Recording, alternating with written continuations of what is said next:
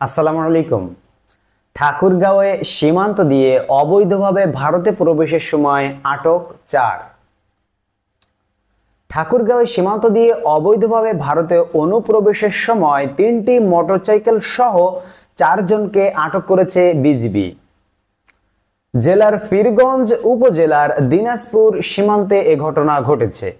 আটককৃতরা হলেন পীরগঞ্জ উপজেলার দস্তমপুর গ্রামের প্রফুল্ল রায়ের ছেলে জীবন রায়, হরসুয়া গ্রামের হরমোহন রায়ের ছেলে শুভ, দিনাজপুর জেলার বোচাগঞ্জ থানার কংসারা রহিগাঁও গ্রামের নরেশের ছেলে হরিদাস চন্দ্র এবং একই থানার কৃষ্ণপুর গ্রামের দিলীপের ছেলে পদন চন্দ্র রায়। তাদের বিরুদ্ধে পীরগঞ্জ থানায় মামলা দায়েরের প্রক্রিয়া চলছে।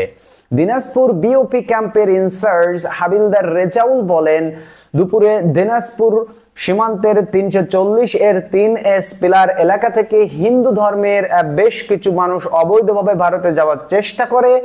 এ সময় বিজিবি এবং বিএসএফ তাদের ধাওয়া দেয়।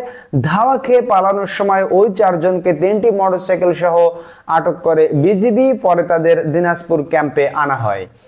দিনাজপুর 42 বিজিবির অধিনায়ক লেফটেন্যান্ট কর্নেল আহসানুল ইসলাম বলেন, অবৈধভাবে ভারতে পারাপারের সময় আটককৃত 4 জনের বিরুদ্ধে পীরগঞ্জ থানায় মামলা দায়েরের বিষয়টি প্রক্রিয়াধীন রয়েছে।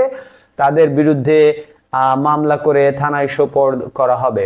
তো বন্ধুরা, যেমনটি আপনারা শুনলেন যে ভারতের সীমান্ত, আমাদের বাংলাদেশ এবং ভারতের সীমান্ত কিন্তু এখন অনেক কড়াকড়ি, এবং আমরা আসলে এই ধরনের সীমান্তই প্রত্যাশা করি আমাদের দেশের বর্ডার গার্ড বাংলাদেশ থেকে। তাদেরকে ধন্যবাদ জানাচ্ছি এই ধরনের সুন্দর কাজ করার জন্য। দেখা হবে পরবর্তী ভিডিওতে বন্ধুরা, এবং নিয়মিত আপডেট পেতে দেশ ও প্রবাসে যেখান থেকে দেখছেন আমাদের এই ইউটিউব চ্যানেলটি একটি করে সাবস্ক্রাইব করবেন এবং একটি করে লাইক দিবেন।